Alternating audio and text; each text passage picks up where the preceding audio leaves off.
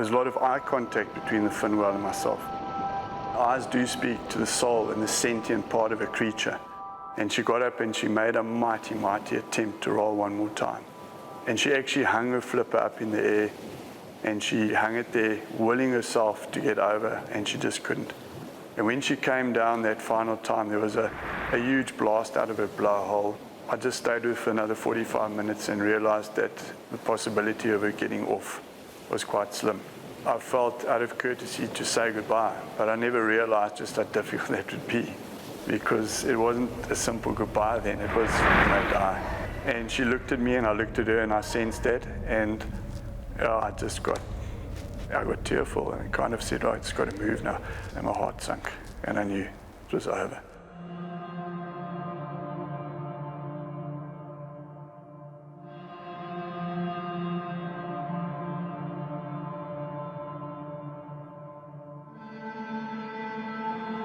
"2016 was a peculiar year. It was unusual in respect that the number of strandings toward the beginning of the year kind of indicated that the numbers were up compared to previous years. So all in all, 2016, pretty much a record for strandings in Port Elizabeth. We had 18 animals stranded. It was the highest number we've ever had. What piqued the concern were the whales started to strand in quick succession of each other. First one came up in Pamula on the south coast, and then we had some in Mtunzini, and they were quite close to each other and they were days apart. So that was probably what kind of made me interested and kind of say, oh, hang on, something's wrong. In July 2014, we gathered here at eThekwini to explore the potential of the vast ocean space under South Africa's jurisdiction, and launched Operation Phakisa, unlocking the economic potential of South Africa's oceans. Oceans Phakisa is a government program. They are touting as the panacea to some of South Africa's economic ills at the moment. And it's got a number of streams in it. One of them, of course, is the maritime space, boat building, ocean governance. But the one that we find very controversial as groundwork is the oil and gas stream. And the government believes that an accelerated economic growth in these four streams will create jobs and economic benefits and contribute basically about 177 billion.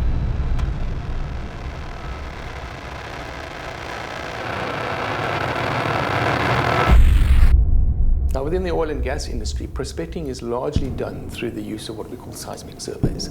And a seismic survey is, in a marine environment, is carried out through the use of very loud sound sources, which are produced by towed airgun arrays, forms a pulse that travels through the water column into the seafloor, is echoed back and picked up by extensive arrays or streamers. The interpretation of those echoes allows geophysicists to determine what is below the sea. These airgun pulses go off every 10 seconds for 24 hours a day for the duration of the survey. They're used in conjunction with the multi-beam bathymetric sonar, which is used to establish topography of the seafloor. Sonars produce pulses very, very, very rapidly. So sonars are almost continuous in nature. They're very loud and they're almost continuous. One of the aspects that is of concern is that the sonar activity from seismic testing for oil and gas has been known to have a direct impact on the physiology, particularly the ear anatomy of the cetaceans. The impacts of sound on cetaceans are several. I mean, from death, the sounds are extremely loud, particularly explosions or military sonar, or if the animal's extremely close to seismic survey. You can, under extreme sound conditions, end up with gas bubbles in the tissue, gas to vibrate, for want of a better word, out of muscle tissue, similar to shaking a hand. And then within the ear, it's similar to humans. You get damage to the small cells and to the bones. More commonly, you'll get things like permanent or temporary deafening. The classic nightclub example, your ears are ringing in the morning. Or it can be much more subtle, just a behavioral response. Animals don't like the sound, they move away from it, as you might with a jackhammer. And then masking is quite a big one, because cetaceans are very vocal species. They communicate hugely over quite vast distances with sound, and if that sound is being masked, they have to vocalize louder, to vocalize at a different frequency.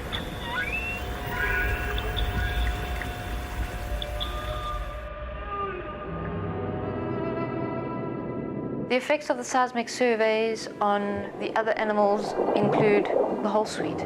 You've got your seals, who have been known to haul out more often. The turtles have been found to have temporary hearing loss. It goes right down to your invertebrates. The snow crab in Canada has been found to have bruised ovaries, which means that they're not reproducing. Mollusks and scallops have been found to have very high stress or hormone or lactate levels, and their enzyme levels are all kind of wonky. So the effects of seismic surveys are not just on the whales and the dolphins, and it goes right across the board. That's the reason why seismic surveys have been a concern, have been on the radar of the conservation community and the cetacean community.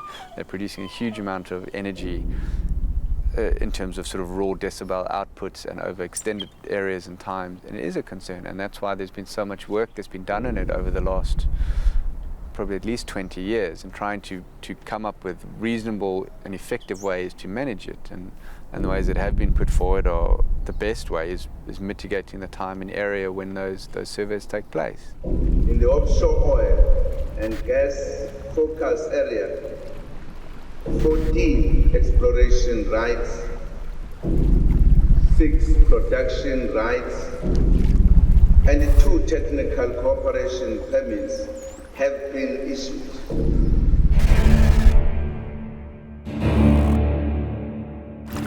In terms of the 2016 survey, there was 48 air guns used, which is the maximum amount of air guns on these surveys. That was used in conjunction with the multi-beam bathymetric surveys for 24 hours a day at 10-second intervals. The size of the survey was 7,500 kilometre squares, and it's basically just about the whole of the KZN coast, excluding Isimangaliso. One of my responsibility is that I have to be impartial. In the first place, I have to balance the interest of those who come to develop the resources and also of preserving the environment that we have. And then for me to be able to balance those, I have to request the developers of that particular resources to indicate to us as to how they will actually preserve, protect the environment. The main recommendation is to stay out of turtle season, which is from October to March, as well as out of the whale migration, July to September, October. So the companies have a 2-month period to operate in, and that's April and May. The survey was conducted from the 31st of January 2016 up until the 24th of July 2016. What they did was to extend into the whale migration season, and they were given the license to go ahead with that without public participation. Isimvelo was only made aware of the extension in June, and we were not given any time to comment. And according to the reconnaissance permits, they are allowed to grant the extension if they feel that there is enough mitigation in place, and so they went ahead with the survey period into the peak whale migration. They could not complete it in time based on the weather condition during that time. So the extension was actually granted based on that. And one of the things that we have actually indicated to them is to take mitigating measures, whereby they were actually supposed to deploy the independent marine mammal observers observers, MMO. We have a whale in the mitigation zone. We recommend a shutdown. The mammal observers on board are looking at a radius around the vessel of 500 meters. But in 2006, Madsen and his team in the Gulf of Mexico proved that the received levels of sound is equally high at 12 kilometers away from the sound source as it is 2 kilometers away from the sound source. So the idea that sound dissipates from the source is not accurate anymore. Do MMOs work? I don't know. It's better than nothing, right? Time of ships at sea are expensive. It is in the industry's best interest to conduct the survey when there are no whales around, because then your marine mammal observers aren't going to see any whales, and the industry are not going to have to stop every so often because they're required to shut down operations if an animal is within a certain range, depending on the species. The costs to the industry are quite severe. The seismic survey is going to happen. They're going to finish that survey. It's not because you shut them down, they're going to just stop and let it there. If they need to extend for 2 months, they will. So I do believe it's often in the benefit of the population to get in and out as quick as possible. In the beginning, I wasn't from that idea. So in the beginning, I liked the idea of shutdowns until I had this situation in Angola where the project got extended for 2 months, and you come into whale season, and you come in a whole different other area with increased problems, increased noise in the water. So remember that for every shutdown procedure, they have to add an overlap of the area they missed. So they actually add an hour of sound in the water. An hour of sound, which is a blast every 10 seconds for an hour extra. That wasn't supposed to happen if you didn't shut down. So it's really then triaging at some point. Is it worth to shut down for a dolphin that is 300 meters from the air guns? Is that worth an extra hour of sound in the water or a possible extension of this project?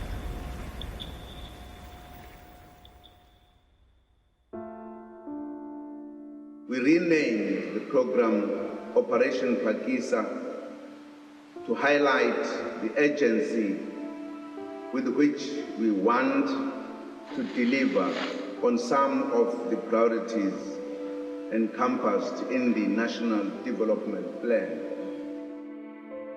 The irony of the matter is that Phakisa in Sesotho means to hurry up, to move fast. And probably they could not have chosen a better word. But there's a danger in hurrying ecosystems, hurrying natural resources, in that you begin to realize that you are dealing with systems that are very delicate. With pilot whales and beaked whales, they're both deep divers. For beaked whales, over 2,000 meters. And then the pilot whales just over 1,000. So they use clicks to echolocate the prey while down there. It's dark, it's pitch black, you can't see anything. Just before they dive, the whole body, the whole system needs to get into the diving mode, meaning the brain, the lungs collapse, and you limit a certain amount of oxygen exchange with the lungs, so the lungs will totally collapse, and everything gets stored properly in the blood and everything to avoid complications while down there. If a high-intensity sound interference happens, then you interrupt that system. It's like let's say you're driving, and then someone inside the car shoots a gun. Obviously, that will disorientate you. I'm telling you, you're going to crash. So that's why then you have got the problem that an animal is disorientated at the bottom, but has to come up. An autonomous nervous system is disturbed. In the animal, if interrupted, it will induce flight reaction. So as it ascends, it won't be controlled because it will be just running away. That's where the bends would come in. In the case of the True's beaked whale last year, there was an expression of gastrointestinal tract, which is an indicator perhaps of barotrauma, quick changes in pressure, having surfaced too quickly, etc. Any kind of impact on their physiology, like an explosion, it's obviously going to have an effect on the animal. And it may or may not, but that expression of gastrointestinal tract led me to believe that maybe barotrauma is involved in this case. Something else that happened on the KZN coast that's never happened, certainly not in the last 30 years, is we had our first mass stranding, and it was 3 pilot whales. They were in good condition. The pilot whales are offshore animals, they shouldn't be inshore. But it was just kind of a sobering coincidence that these animals came up soon after the surveys. And I still don't link it to the seismic surveys at all. I worry about the coincidental nature of the surveys and the strandings occurring at the same time. It is now in our hands. It is now in our hands to make our world a better one for all our people going into the future. In order to let Phakisa develop at the pace that they wanted to develop in this country, the government realized that they had to create a favorable legislative and policy framework. Certain existent policies and legislation had to be watered down, particularly Section 38 and 39, which had to be repealed. And by repealing those sections, basically they cleared the way for seismic surveys to go ahead without environmental impact assessments. We don't know why that was not indicated as one of the listed activity when she amended the legislation, but we initially had it under the Mineral and Petroleum Resources Development Act before that engagement took place. Recently in a letter, we petitioned and challenged the Minister of Environmental Affairs, Dr. Edina Molewa. We asked her, why do reconnaissance permits in this country now not require an environmental impact assessment? Her response was very evasive. Instead of answering why the provisions were removed, she directed our attentions to the provisions in the NEMA, the National Environmental Management Act, which provides that there should be environmental impact assessments for exploration and extraction stages. We are aware that EIAs are required for the exploration stage. We are aware that EIAs are required for the extraction stage.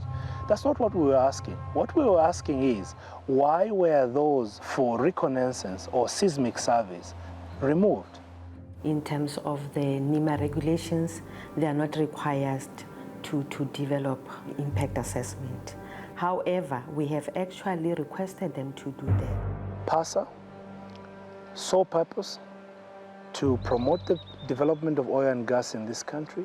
DMR, Department of Mineral Resources, whose sole purpose is to facilitate the development of mining and resource exploitation in this country, are the very entities that have actually been also given the responsibility to do environmental authorization. The Department of Environmental Affairs doesn't have enough control in the process of doing the environmental assessment.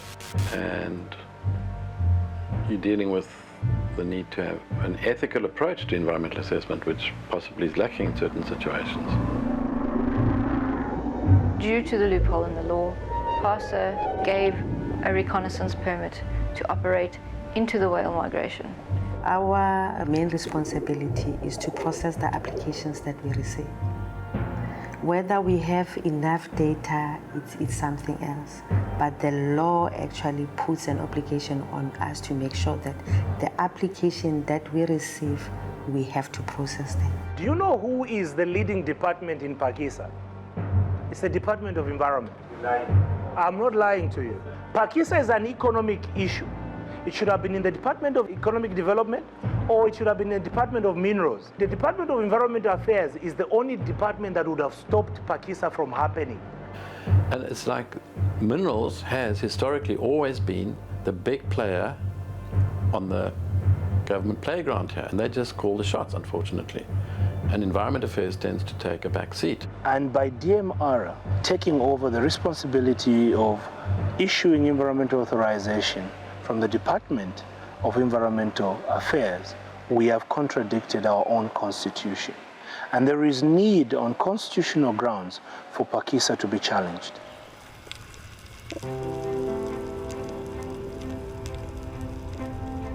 We are a signatory to the Convention of Biodiversity, which requires that we have 10% of our ocean protected, and we are only sitting at 0.4%. When Operation Phakisa started, the oil and gas industry already had 98% of the ocean assigned to them. You know, we're targeting the same areas. Yes, we're both wanting that continental shelf, but the MPAs it's not even 4%. You know, just give us our 4% so that we've got benchmark areas to know what the impacts of the mining is going to have on the environment. Where National Parliament passed something called the Protected Areas Act, and there's a clause in that act, I think it's section 38, which allows mining in protected areas, subject to consultation with the Minister of Environment Affairs. Again, just consultation. You just have to say, listen, Minister of Environment Affairs, we, Department of Minerals, want to go and mine in this protected area. What's your view? Oh, you're against it. But anyway, we think the national interest trumps you, so we'll try and mitigate, but off we go. There were about 22 areas demarcated to be MPAs. They were all denied at one point by DMR and all the other departments. Why? Because some of them were in areas which have oil and gas. So now Izamvelo, and I'm sure DIA, they have been busy trying to negotiate that space. 18 of them have been approved, 4 they are still being decided as to whether. And these 18 that have been approved, they have not been promulgated, and by promulgated is they have not become MPAs as yet. Mining will take precedence over the conservation imperative of marine protected areas. That's the harsh reality. Consequently, I'm way more concerned on the impacts of those species that cannot move. What happens to baby turtles? They are entirely at the mercy of ocean currents and cannot evade sounds at levels which may cause injury.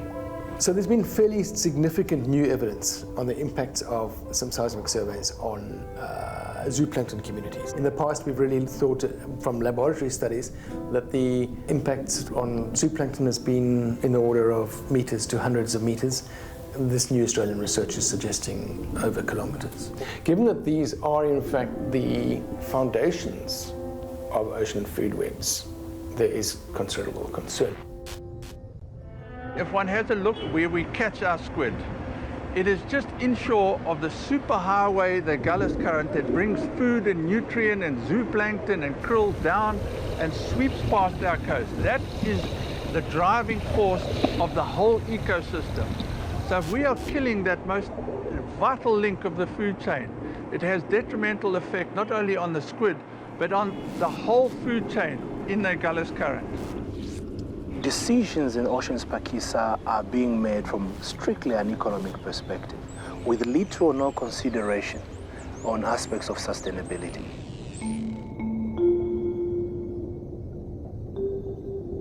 The squid industry is a very valuable fishery. Although it's a small fishery, it's worth 500 million rand a year. Direct employment ranges from about 27,000 permanent jobs. Indirectly, with the ancillary support industries that support the industry, we're looking at probably another 10,000 jobs minimum. The effects of the seismic surveys is not unique to the whales and the dolphins. It's also been seen in the fishing sector. In Namibia, the catch rates appeared to decrease in 2013. And that 75% odd reduction in catch rate was linked to seismic survey activity. Well, the assumption is that once seismic blasting starts, that everything is going to run away. I think it's ludicrous because I think it's ridiculous that they can avoid such a huge array that is being towed behind these massive vessels that are covering a huge surface area and traveling at 4 to 6 knots.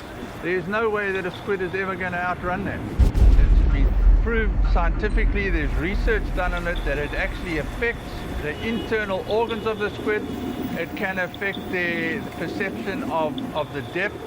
Those seismic blasts can actually burst the eggs, or paralarvae that are formed that come out are disfigured and abnormal. So yes, it has a huge effect on the egg beds of the squid. If we talk from a small-scale fishing perspective, if the fish are not usually available, within the traditional fishing grounds for catching. It impacts coastal fishing communities in terms of access to the resource. Okay, so they'll have to migrate along coastlines to where the fish become available. So it's that type of issues which could be quite sensitive. The damage that is going to be done cannot be undone. We're looking at a short-lived species. We wipe out that breeding stock for that particular year, we are risking that entire fishery.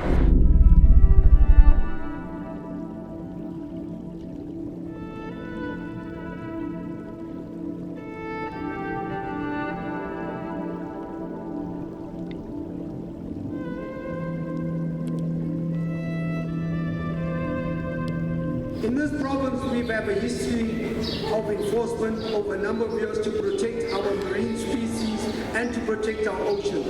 That power, that authority has been removed. At the end of the day, the effects are going to be local. The effect it has on the poor fishing communities. In the near future, and our future generations. Their livelihoods and their activities should all be taken into consideration. It's because the law could destroy all our livelihoods that are sitting in this water. And look on marine protected areas, what's going to happen when big corporations find that there's minerals or valuable products laying there? Are they going to plunder those areas as well?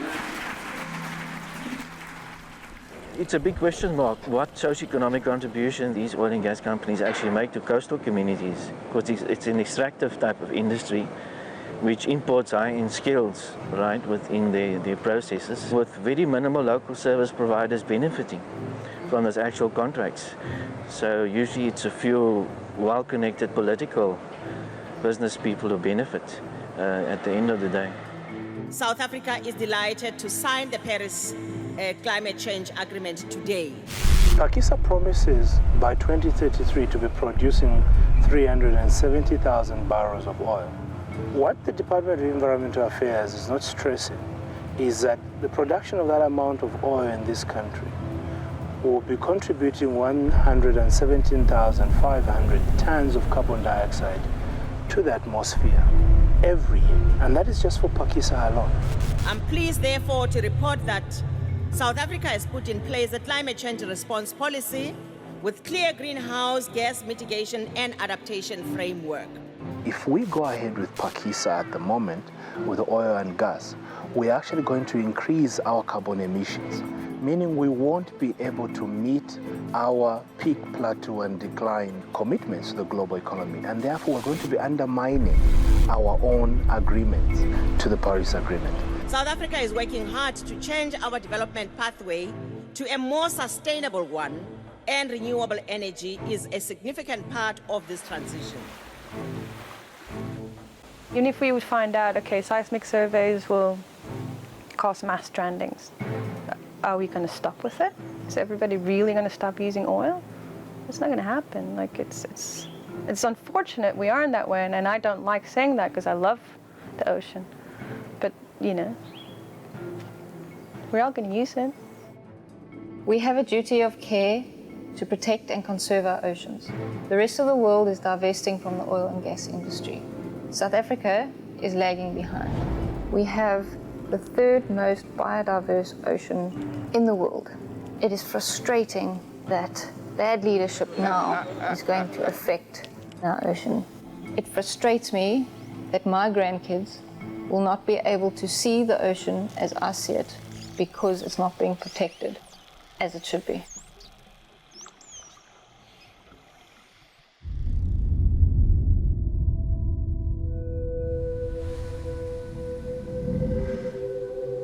We've been around for maybe 2 million years. Stations have been around for 50 million years.